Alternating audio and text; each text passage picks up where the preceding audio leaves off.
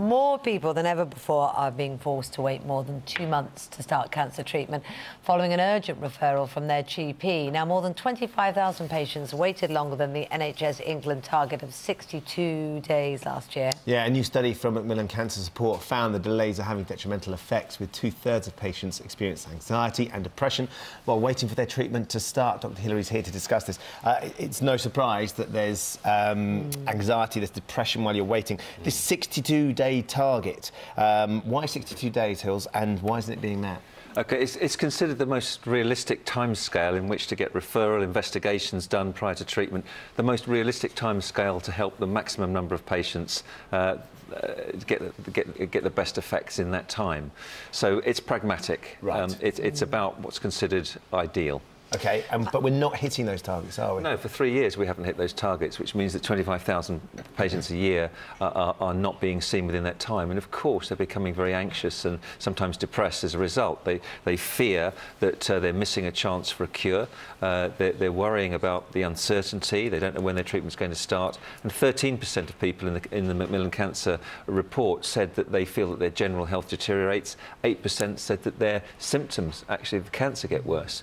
So huge mental health anguish, really. A friend of mine is going through this right now, was diagnosed, and it was sort of more advanced than she'd realised at the initial diagnosis, and she has been finding it very, very difficult because you're worrying every minute of the day that actually the disease is progressing while you're waiting.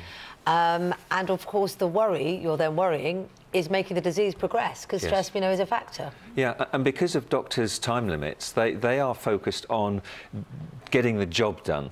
They're not focused on the patient's feelings. But the patient's feelings in this situation are really important. You know, we need to explain to patients that cancers usually are quite slowly progressive, quite slow growing. They've probably been there for months or even years before they've been diagnosed. But is it a blanket amount of time? I think this is what she wants. So if you found out you had a more aggressive or a faster progressing one, would you jump that queue? Would that mean that other people fell back? Yes, there should be the means where we can expedite a more aggressive cancer. That should be possible. However, in the current situation where we're missing those 62-day targets, a lot of the time you wonder whether that's happening. And we know where the bottlenecks are. We've got a shortage of staff who carry out investigations such as endoscopy and imaging, scans. If we don't have the staff, we can't get people assessed and investigated quickly enough, so that delays treatment. We've also got problems getting new cancer drugs funded. We've also got problems getting radiotherapy equipment upgraded. So is it just going to be about money? The NHS spokesman who spoke to us said cancer survival rates have never been higher.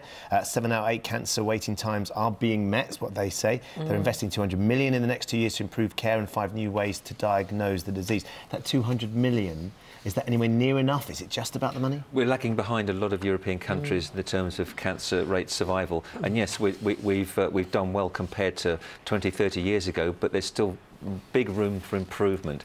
And it's just not right that 200,000 people every year are becoming anxious and depressed, waiting for cancer treatment to begin. The sooner it starts, the better.